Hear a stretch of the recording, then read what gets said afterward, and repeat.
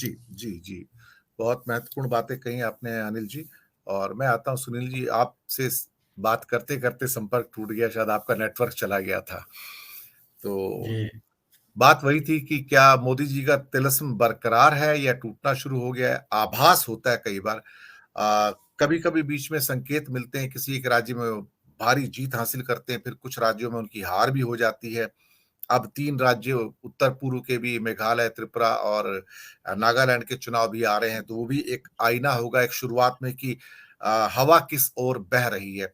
लेकिन कुछ संकेत और भी हैं कि जहाँ पर बीबीसी डॉक्यूमेंट्री को जिस हिम्मत के साथ जामिया मिलिया हो, हैदराबाद हो, जेएनयू हो, केरला हो, अभी कलकत्ता यूनिवर्सिटी की बात भी आ रही है, जहाँ पर लोग विद्रोह कर रहे हैं, लोग ओपनली चैलेंज कर रहे हैं अथॉरिटी को कि मैं बाहर आ सकता हूं और मैं दब के आपकी बात मानने को तैयार नहीं हूं। ये बहुत दिनों बाद इस किस्म के एक विद्रोही संकेत भारत में देखने को मिल रहे हैं। और जब भी विद्रोह होता है हमेशा छात्रों के द्वारा होता है, युवा विद्रोह होता है। और इस बार भी ये सारे संकेत छात्रों से, युवाओं से निकल कर आ रहे हैं कि वो जो हमारे प्रतिष्ठान हैं या हमारे सत्ता के प्रतिष्ठान हैं, उनके खिलाफ जो उनकी बात निकल कर आ रही है। ये संकेत 2023 की शुरुआत में आपकी नजर में किस किस्म के संकेत है? आप यहां से चीजों को किस ओर बहते हुए देख रहे हैं? सुनील जी। धन्यवाद दिनेश जी। एक तो तिलस्म जो है वो अस्थाई नहीं होता। तिलस्म ठोस आधार पर खड़ा नहीं होता। तिलस्म एक मतिभ्रम है जो एक निश्चित समय तक उसका असर रहेगा, उसका उसको टूटना ही टूटना है। तो अगर आप किसी असर को तिलस्मी मानते हैं तो वह मतलब लंबे समय तक चल नहीं सकता है, क्योंकि उसका कोई आधार ही नहीं है। यह हमारे आपका जो कहते हैं कि भ्रम में डाल देने वाली स्थिति होती है, और भ्रम से व्यक्ति उबरता ही उबरता है। अगर वह पागल नहीं है, अगर वह बुद्धिहीन नहीं है, अगर वह जड़ नहीं है, तो भ्रम से निकलेगा ही निकलेगा। थोड़ा बहुत समय जल्दी मैं लग सकता है कि में हो सकता है कि अनिल जी उस भ्रम से जल्दी निकल जाएं, मैं थोड़ी देर बाद निकलूं, और हरेश जी पे हो सकता है उसका असर ही न पड़े। कुछ समय लग सकता है वो, लेकिन निकलना निकलना सबको है। लेकिन निश्चित रूप से जो जमूरे का जो साथी होता है वह उस भ्रम से कभी नहीं निकलता। अगर उस भ्रम से वो निकल जाएगा तो जो जादूगर का जो जमूरा है उसके साथ रहेगा ही नहीं। इसलिए उसके लिए आवश्यक है कि जमूरे का जो भ्रम है, जमूरे का जो भ्रम है जादूगर के साथ, वो हमेशा बना रहे। तो कुछ लोग जमूरे होते ही होते हैं, या वह उनके लिए उनके जीवन जीने का अपना तरीका है।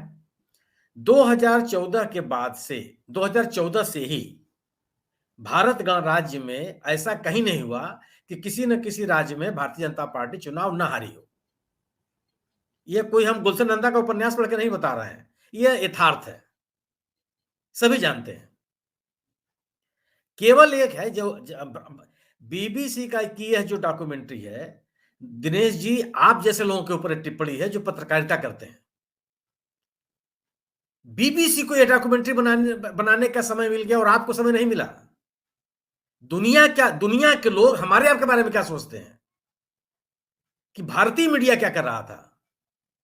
क्या इस तरह की कोई डॉक्यूमेंट्री इस देश के किसी भी प्रतिष्ठित महान मीडिया ऑर्गेनाइजेशन, महान पत्रकार, बहुत बड़े बुद्धिजीवी जो पत्रकारिता में लगे हुए हैं, किसी के यहां आपने देखा क्या इसको? जो आपके सामने हो रहा है ये नहीं आया। तो ये जो बीबीसी की जो डॉक्यूमेंट्री है दिनेश जी, वो आप पे टिप्पणी है। और इसलिए जो आप कह रहे हैं ना, जो लोग इस तिलस्म के बारे में कह रहे हैं, वही अपने आप में बताया जाता है कि आपकी कही वही बातों का मतलब क्या है और वह कितना वास्तविकता पर आधारित है। निश्चित रूप से आप किसी भी राजनीतिक परिवेश का, राजनीतिक माहौल का, राजनीतिक असर का मूल्यांकन किसी चुनावी नतीजों से नहीं निकाल सकते।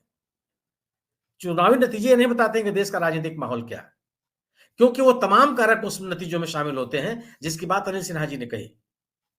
बावजूद इसके, जब माहौल आपके खिलाफ होता है तो कोई भी टुटका काम नहीं आता। ऐसे किले ध्वस्त होते हैं कि पता चलता है कि अगर आप वहां दूसरे दिन आप जाइए तो पता ही नहीं चलेगा कि वहां किला भी कोई था। और वह स्थितियां है अब तक क्या हो रहा था कि जो एक एक राजनीतिक माहौल बनाया था भारतीय जनता पार्टी के लोगों ने, भारतीय जनता पार्टी के समर्थकों ने, उसको चुनौती देने वाला कोई व्यक्ति राजनीतिक दल दिखाई नहीं पड़ रहा था।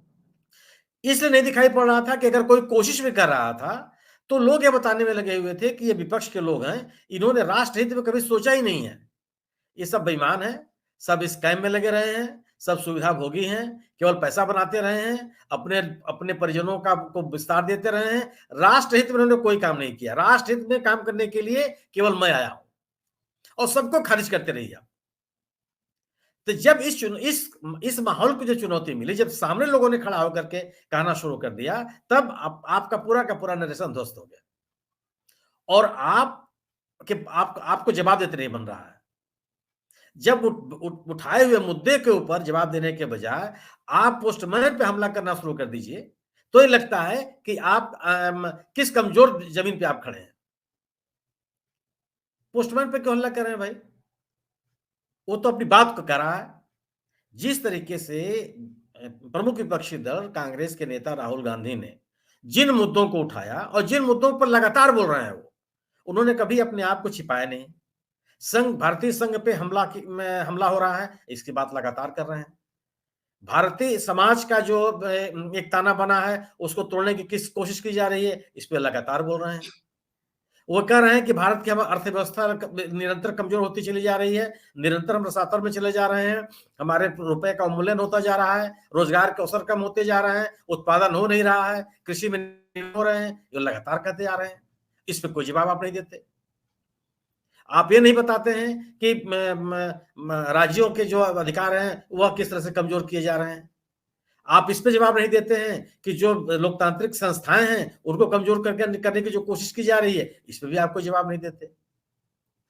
तो निश्चित रूप से अगर जब जो लोग इनसे प्रभावित हो रहे हैं, उनके ऊपर तो असर पड़ेगा ही पड़ेगा ना। ठीक, आप ये कह के थोड़े आए थे कि हम कोई एक बालू की भीड़ खड़ी करेंगे। आपने ये कहा था कि हम एक नया भारत बनाएंगे और दुनिया में कौन सा आदमी है जिसको नयापन नई चीज नहीं चाहिए? सबको नए भारत के नारे ने अपील की और सभी लोग लपक के आगे बढ़े।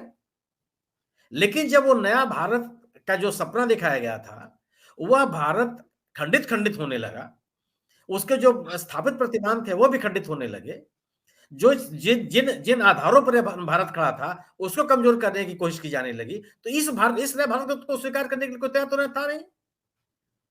कि जो हमारे देश के नायकों ने विखंडित भारत की कल्पना तो कभी नहीं किया था ना। उन्होंने एक मजबूत भारत की कल्पना की थी और उसके आधार स्तंभों को बहुत मजबूत किया था।